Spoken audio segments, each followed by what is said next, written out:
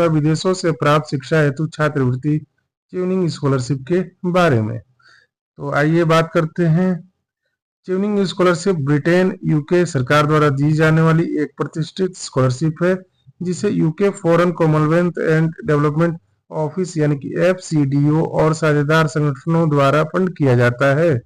यह स्कॉलरशिप आपको यूके के किसी भी मान्यता प्राप्त विश्वविद्यालय में का फुल टाइम मास्टर कोर्स करने का अवसर देती है। मुख्य विशेषताएं हैं: पूरी ट्यूशन फीस इस स्कॉलरशिप में दी जाती है, मासिक भत्ता दिया जाता है, आने जाने का हवाई टिकट आपको दिया जाता है, यूके में सेटल होने का भत्ता भी दिया जाता है, साथ ही साथ थीसिस खर्च के लिए ग्रांट भी दिया जाता है। एलिजिबिलिटी क्या होनी चाहिए, आइए देखते हैं।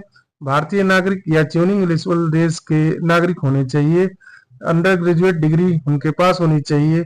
यूके मास्टर्स के बराबर कम से कम 2 साल का वर्क एक्सपीरियंस, लगभग 2800 घंटे का वर्क एक्सपीरियंस होना चाहिए। ट्यूनिंग स्कॉलरशिप पाने के बाद कम से कम 2 साल भारत में रहकर काम करने की प्रतिबद्धता दर्शानी होगी। इंग्लिश भाषा में दक्षता होनी चाहिए। IELTS, TOEFL, PT आदि सर्टिफिकेट आपके पास होने चाहिए। कई बार यूनिवर्सिटी की कंडीशनल ऑफर पर छूट भी मिल सकती है। आवेदन प्रक्रिया, आइए देखते हैं कैसे आवेदन कर सकते हैं। ट्यूनिंग वेबसाइट पर ऑनलाइन फॉर्म भरना होता है। वेबसाइट है www.tuning.org। कोर्स चॉइस करना होता है। यूके के 3 अलग अलग मास्टर प्रोग्राम चुन सकते हैं आप। एक ही विषय या अलग अलग हो सकते हैं। डॉक्यूमेंट्स में आपको चाहिए एकेडमिक ट्रांसक्रिप्शन रेफरेंसेस, जिसमें आपका एकेडमिक प्लस में वर्क एक्सपीरियंस भी सम्मिलित होगा। वैलिड पासपोर्ट ID होना चाहिए और इंग्लिश में प्रोफिशिएंसी प्रूफ यदि जरूरी है तो आपको लगानी पड़ सकती है। ऐसे क्वेश्चन भी आपसे पूछे जा सकते हैं, जिसमें leadership and influence, networking, studying in the UK या कैरियर प्लान पर भी प्रश्न पूछे जा सकते हैं।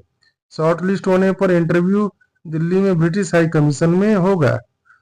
टाइमलाइन है इसकी: अगस्त में आवेदन शुरू होता है, नवंबर में आवेदन की अंतिम तिथि होती है, फरवरी से अप्रैल तक इंटरव्यू होता है, जून में परिणाम देते हैं वे लोग, सितंबर से अक्टूबर तक यूके में पढ़ाई शुरू हो जाती है। ST छात्रों के लिए टिप्स है: ट्यूनिंग में जातीय आरक्षण नहीं है, लेकिन community leadership, grass root impact और सोशल डेवलपमेंट प्रोजेक्ट में काम करने का अनुभव आपके आवेदन को बहुत मजबूत बनाता है। यानी कि आप किसी NGO में, और वह भी ST समुदाय के लिए यदि कार्य आप कर रहे हैं वॉलंटियर के रूप में, तो आपका एक्सपीरियंस उस आवेदन को मजबूती प्रदान करता है। अपने निबंध में बताएं कि कैसे आपने अपनी कम्युनिटी या समाज में बदलाव लाने के लिए नेतृत्व किया है। यूके के कोर्स चुनते समय ऐसे प्रोग्राम ले जो आपके लंबी अवधि के सामाजिक प्रभाव के लक्ष्य से मेल खाते हो। आइए कोर्स देखते हैं कि कौन कौन से कोर्स चुन सकते हैं। MA सोशल पॉलिसी या सोशल जस्टिस, ये LSE, York, Edinburgh, Bristol university offer करती है, और इसका जो फोकस एरिया होता है वो होता है गरीबी, असमानता, वेलफेयर पॉलिसी, शिक्षा सुधार।